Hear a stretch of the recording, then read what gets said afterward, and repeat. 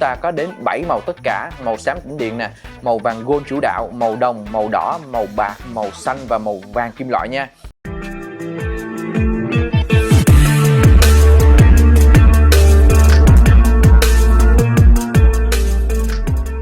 Hi, all my friend, welcome to Unboxing and Review the Transformer Show today.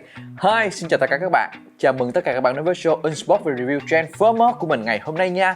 Và hôm nay tiếp tục là một số review Tết xuyên Tết nha các bạn. Một cái chương trình tiếp nối giữa những cái tượng là Transformer, là action figure, review xuyên Tết để phục vụ các bạn luôn. Thì hôm nay là một sản phẩm rất là đặc biệt đến từ Necomec CR03 nha. Và hôm nay sẽ không có một màn unbox nào nha các bạn. Lý do vì sao? Các bạn nếu đã xem qua cái video CR04 của mình rồi thì biết là hãng không có cho mình một cái hộp, và thậm chí lần này cái hộp cũng rất là xấu, chỉ là một cái bọc nó bọc lại thôi, cực kỳ xấu. Mình không có muốn unbox như vậy ha. Và mình đã để cái dạng hoàn thiện và trước mặt các bạn đây. Có lẽ trong story lần này mình sẽ không nói quá nhiều về Necomec cũng như là DMK trong dòng mô hình CR nữa, vì mình đã nói khá là nhiều trong hai video về CR05 và CR04 nha. Mà hôm nay mình sẽ nói về các Dinobot, những kẻ bất trị trong thế giới Transformer. Như các bạn đã thấy bên cạnh mình hôm nay là CR03 Grimlock ở dạng robot nha. Và đây chính là thủ lĩnh của Dinobot có hình dạng khủng long bạo chúa khi biến hình qua dạng Ormos. Và dưới trướng vị thủ lĩnh này là một đơn vị đánh cận chiến mạnh mẽ và hung bạo nhất trong quân đoàn Autobot nha. Một điều đặc biệt hơn là đơn vị này cực kỳ khó bảo nha. Thường thì ít tuân lệnh theo Optimus Prime, nghĩa là việc tuân lệnh hay không còn phụ thuộc vào lệnh đó là gì nhé. Cũng có thể nói Dinobot giống như những thành phần bên lề xã hội, không muốn hòa nhập với Autobot cũng không theo phe Decepticon nha. Tất cả những ai không phải Dinobot đều là không phải thế giới của họ. Mình sẽ nói thêm một chút xíu nữa thì cái hình dạng Grimlock bên cạnh mình đây chưa từng xuất hiện trong bất cứ bộ phim hay truyện tranh nào nha. Hoàn toàn được Necomec lấy cảm hứng và tự sáng tạo nên. Và trong khuôn khổ video hôm nay mình sẽ review cho các bạn xem vị thủ lĩnh chất ngầu của Dinobot đến từ Necomec. Rồi, bây giờ mình sẽ bắt đầu review nha anh em. Về tổng thể thì CR03 là mẫu mô hình có chiều cao và kích thước to lớn nhất trong dòng CR của Necomec nha. Với chiều cao tầm 33cm, nó thực sự cho mình cái cảm giác rất là hoành tráng luôn. Thiết kế có tỷ lệ hài hòa, tuy là thành phần như tay và chân mình thấy rất là lớn nhưng mà được tính toán tỷ lệ tốt, nên về tổng thể cho cảm giác hoành tráng, lực lưỡng và cảm giác tỷ lệ nó rất là ổn nha. Ngoài ra thì thiết kế có tính hình tượng, nhìn vào biết ngay đây là một con khủng long đội lốt robot nha các bạn. Về cái cảm giác cầm nắm ban đầu thì thường các dòng mô hình DMK được làm thủ công hoàn toàn bằng tay nha, không qua dây chuyền sản xuất hiện đại nên thường sẽ cho cái cảm giác nó lỏng lẻo nha. Nhưng với dòng CR thì mình thấy nó là tương đối chắc chắn nha các bạn. Tuy nhiên có một chút xíu lưu ý là khi mình nhận cái mô hình này thì tất cả các thành phần tay và chân nó đều rời ra, tất cả vị trí ngay chỗ nách nè, hai cái phần này nè, nó rời ra nha các bạn. Và mình phải nhét nó vào các vị trí bên trong để hoàn thiện. Tuy nhiên nó lại rất là dễ rớt ra nha, nên mình phải gắn keo lại. Thực sự thì nó không ảnh hưởng gì về khớp nha, chỉ là vị trí nối vào thôi. Họ thiết kế như vậy là để lắp ráp và vận chuyển nha. Khi mà mình đã cố định rồi thì nó rất là chắc chắn, cầm khá là đầm tay ha. Chất liệu tương đối cứng cáp, dù sao thì đây cũng là một cái sản phẩm in 3D nên cái độ cứng cáp nó sẽ không thể nào so sánh được với những mô hình chính hãng nha các bạn. Về cái chất liệu bề mặt thì về chất liệu được làm hoàn toàn bằng nhựa và sơn giả kim loại nha. Có thể nói Lily Studio sơn rất tốt cho mô hình này nha. Nhìn như hoàn toàn bằng kim loại nha các bạn, với cái độ bóng mờ rất là chân thật nha. Tuy nhiên mình có một cảm xúc khá là tệ khi trải nghiệm cái mô hình này nha. Các bạn nhớ nhá, cái chi tiết mình nói ở cái đoạn đầu là ráp tay chân vào á và cái bị rớt á, các bạn nhớ không? Khi mình rớt ra thì cái phần đầu khủng long này nè, nó rớt xuống và cái phần sừng này nó bị nứt sơn, nứt và bong ra cả mảng chứ không phải là trầy nha các bạn. Nghĩa là nó không có cái lớp sơn lót nên cái sơn nó bám không chặt, dẫn đến khi có va đập là nó sẽ bị bong ra như vậy. Các bạn nhìn ở cái phần sừng này nè ha. Và mình không rõ là ở những cái vị trí khác có hay không, nhưng mà tại vị trí phần sừng này các bạn xem nhé. Và mình thấy Lily Studio làm cái này thực sự rất là tệ luôn. Về cái phần đầu thiết kế khá là lạ với hai phần sừng được uốn ngược ra sau. Không biết các bạn có cảm giác giống mình hay không, nhưng mà khi nhìn từ trước ra sau toàn bộ phần đầu nè, mình thấy nó hơi giống như cái nón giáp của Samurai nha các bạn. Phần mắt được sơn đỏ nhấn với phong cách của Necomec không lẫn đi đâu được nha. Chúng ta có một cái phần mặt phía trước được sơn vàng và cách điệu giống như hai hàm răng khủng long đang cài vào nhau. Nhìn ở vị trí góc nghiêng rất là ngầu nha. Các mảnh giáp từ bên hông ra phía sau được tách hợp lý, tuy không quá nhiều chi tiết ở đây nhưng lại cho mình cái cảm giác cơ khí rất là tốt nha. Tiếp theo là về khớp đầu thì phần khớp đầu là sự kết hợp giữa hai cái khớp cầu đôi nha. Đây là truyền thống của Necomec nha. Chúng ta có một cái khớp cổ có thể xoay qua phải và xoay qua trái như thế này ha.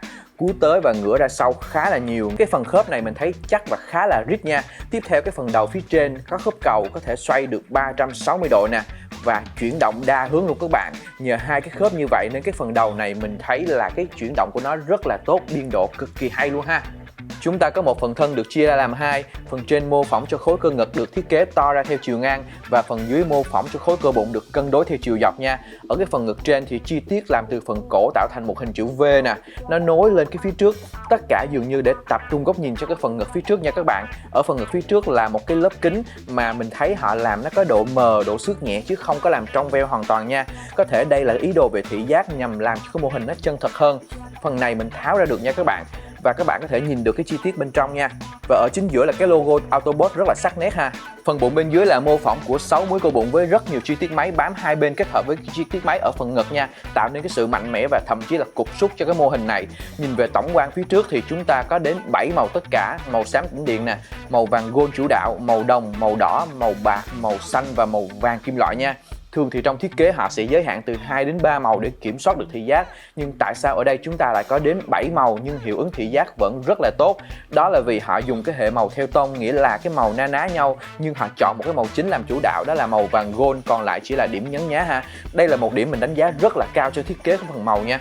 Ở mặt sau chúng ta có khối động cơ rất là lớn trên lưng được sơn nhấn cái màu xanh nè. Phần này thiết kế khá là màu hố và mình thấy đây là một thiết kế rất là hợp lý nha. Với một cái cơ thể to lớn như thế này thì phần động cơ phải đủ lớn mới có thể hoạt động tốt được.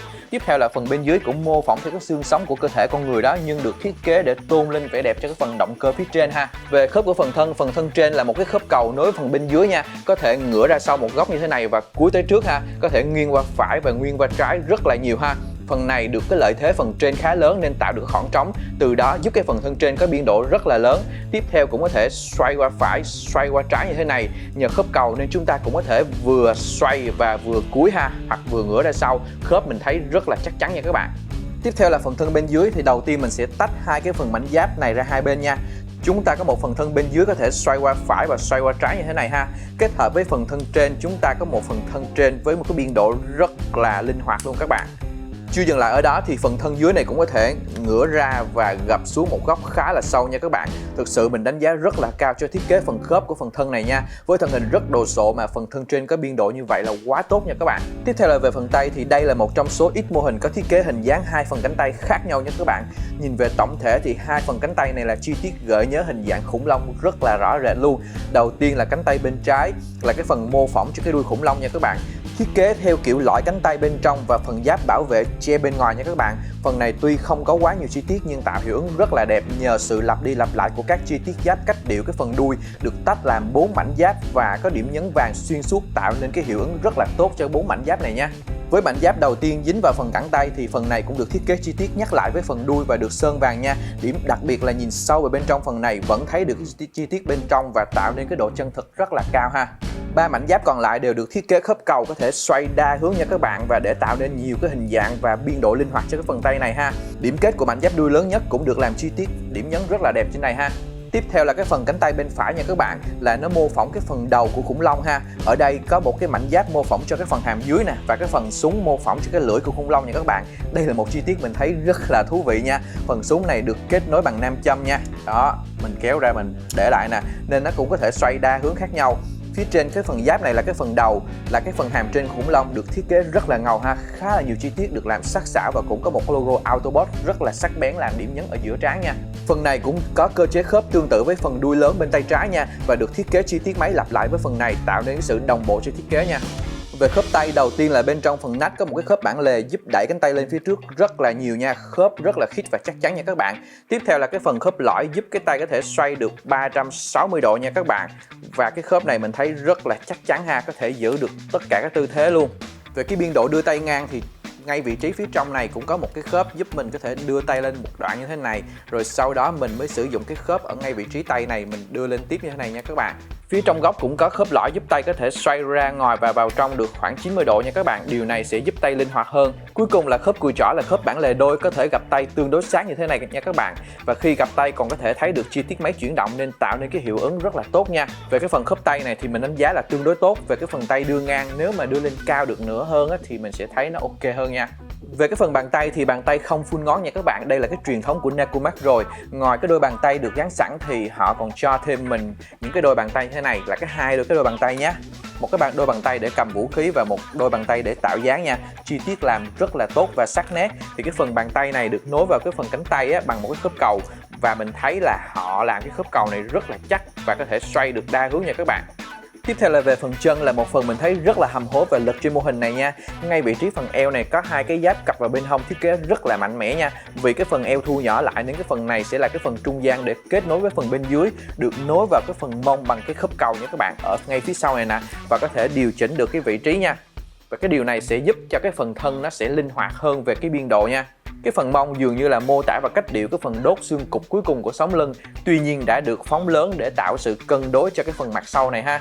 Tương tự thì phần phía trước, chi tiết máy cũng được cách điệu kéo dài từ trước ra sau và có hai cái phần chi tiết được nối vào tạo nên cái sự cân bằng thị giác ha. Phần này cũng được kết nối bằng cái khớp cầu để không cản trở cái biên độ của chân nha.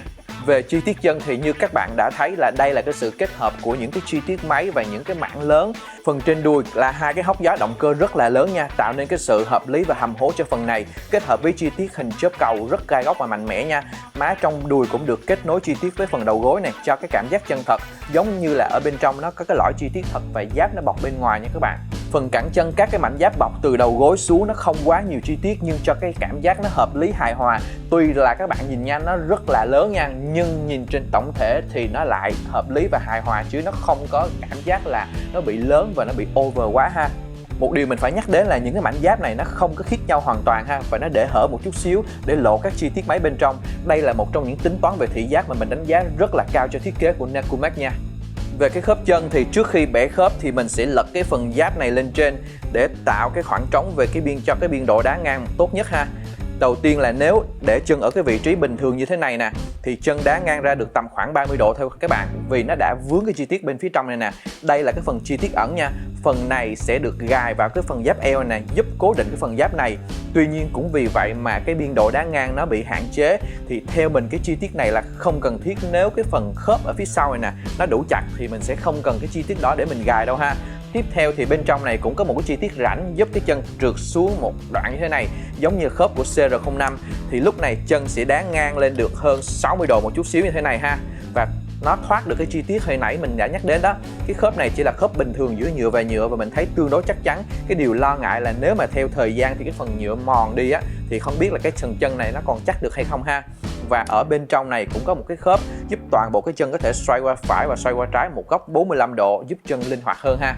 Về cái biên độ đá lên trước thì quả thực mình rất là ấn tượng nha. Chân có thể đá lên cao đến sát ngực và gần được 180 độ nha. Nhờ cái giáp eo trống và cái phần chân trượt lên phía trước thì cái biên độ này dường như là được maximum luôn các bạn. Và ở phía sau cũng tương tự như vậy ha. Cái phần phía sau này thì không đá lên được 180 độ nhưng mà mình thấy là đá cũng gần như là 160 độ rồi các bạn. Quả thật riêng cái phần này thì mình thấy họ làm rất là tốt với một mô hình cồng kềnh như thế này ha. Và khớp cũng rất là chắc ha, có thể giữ được các cái tư thế này. Mình đưa xuống từ từ cho các bạn xem. Tiếp theo là cái phần khớp đầu gối, là một phần khá đặc biệt về thị giác ha. Cái này là khớp bản lề đôi, có thể gập chân được 90 độ như thế này. Khớp rất là chắc chắn và điểm đặc biệt là cái hệ thống cơ khí khi mình trượt chân đó nó lộ ra rất là nhiều chi tiết ẩn. Thực sự rất là đã luôn, các bạn có thể xem qua nhé. Đây mình sẽ trượt và nó sẽ lộ dần ra ha. Nó lộ cái phần giáp ở phía đầu gối và phần giáp phía bên trong này nè. Đó. Về cái bàn chân này thì mình thấy thiết kế rất là đẹp và hợp lý nha. Với ba cái phần móng phía trước mô phỏng cái bàn chân của khủng long và phía sau có một cái phần móng nó móc ngược lên giống như là phần cựa của một cái con vật nha các bạn.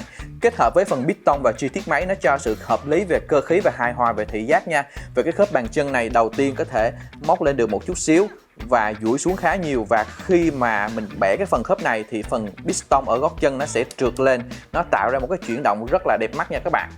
Phần mũi bàn chân cũng có thể móc lên được một góc như thế này và gập xuống được khá là nhiều ha. Cả bàn chân có thể lắc qua phải, lắc qua trái một chút xíu và xoay qua phải, xoay qua trái được một chút xíu thôi ha. Cái này mình thấy được chút xíu thôi. Nếu mà nó được lắc nhiều hơn á, thì mình sẽ thấy tốt hơn. Tuy nhiên khớp cũng khá là chắc chắn nha các bạn. Về phụ kiện thì đây là cái đôi bàn tay tạo dáng nha các bạn. Và đây là cái bàn tay phía bên tay phải nè. Và đây là phía bàn tay bên tay trái nè. Cái tay trái này các bạn để ý nó khác chút xíu là tại vì cái đây là cái phần đuôi của cái khủng long đó các bạn. Ở cái phần sau cùng nè, nó giống như là cái phần đây, cái phần tay này các bạn để ý nha. Đó, nó y chang như thế này ha. Tiếp theo thì mình cũng có một cái đôi bàn tay để cầm vũ khí và nó cũng y chang như vậy luôn nha các bạn. Đó, nó như thế này ha.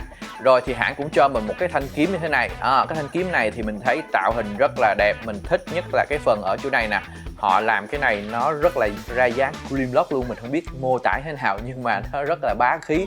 Một cái điều mình rất là tiếc không hiểu sao từ Lily qua tới Hôn Fan lúc nào cũng sơn cho mình cái phần màu đặc như thế này. Thực sự mình không có thích. Cái này nếu mà để là cái phần nhựa trong chuyển màu thì mình sẽ thấy nó đẹp hơn ha. Cái này thì sơn đậm lên mình thấy nó không có thật một chút xíu nào hết. Thì cái phần kiếm này nó cũng sử dụng cái phụ kiện chung với cái phần chùy nha các bạn. Mình sẽ lắp vào đây. Đó, nó như thế này thì nó sẽ giúp cố định cái kiếm này nó không có bị tuột đi nha các bạn. Tuy nhiên các bạn xem nhé, nó vẫn lỏng nha. Và sau cùng là cái phần chùy nha các bạn. Rất là ngầu luôn ha. Mình cầm thì mình thấy khá là nhẹ và sơn rất là đẹp. Các bạn có thể thể hiện được cái chi tiết kim loại ha. Và cái phần này rất là gai góc luôn, nhìn rất là đã ha. Đây, như thế này ha. Tiếp theo là về cái phần chùy thì ở đây cái phần đuôi nè, mình có một vị trí mình sẽ tháo ra như thế này ha. Rồi mình đưa vào cái phần tay nè. Đó, rồi mình lắp cái phần này vào. Đó thì nó sẽ nắm được cái phần chùy như thế này ha. Tuy nhiên mình đưa lên thì mình nắm cũng được, nhưng mà nếu mà tạo một số cái tư thế mà mình không có để chặt đó thì mình nghĩ là nó sẽ dễ tuột lên tuột xuống như thế này ha. Vừa rồi thì mình đã unbox và review cho các bạn xem em Cream Lock CR03 đến từ Necomax và được sơn bởi Lily nha. Thực sự cái em này là một cái mô hình cực kỳ đẹp và mình không biết mô tả cái cảm giác như thế nào. Vừa đã nhưng mà vừa bực mình. Cái thứ nhất là cái phần sơn Lily làm rất là tệ. Những cái này nó chỉ có một lớp thôi, nếu mà mình để nó rớt hay là gì đó nó rất là dễ bong ra nha các bạn. Cái thứ hai là có những cái chi tiết nhỏ đó họ hoàn thiện chưa có tốt lắm, chưa có khít, nên trong quá trình trải nghiệm nó hay bị rớt ra và mình phải fix khá là nhiều chỗ. Cái này thì nó là những chi tiết nhỏ thôi, nó không ảnh hưởng gì đến tổng thể lớn, nhưng mà nó cũng dễ tạo ra cho mình cái bực mình. Nó nói chung là khó mô tả lắm. Nhưng dù sao thì đây cũng là một trong những cái mô hình của Necomax mà mình thực sự là mình thích nhất, thích hơn cả CR04 và CR05 luôn các bạn. Các bạn thấy sao thì hãy cho mình biết với phần comment nha. Nếu thích hãy cho mình một like, một share, bấm vào nút chuông, bấm nút subscribe để đừng bỏ qua những video clip tiếp theo của mình. Và bây giờ nán lại một chút xíu, đi ngay vào phần show in nha. Let's go!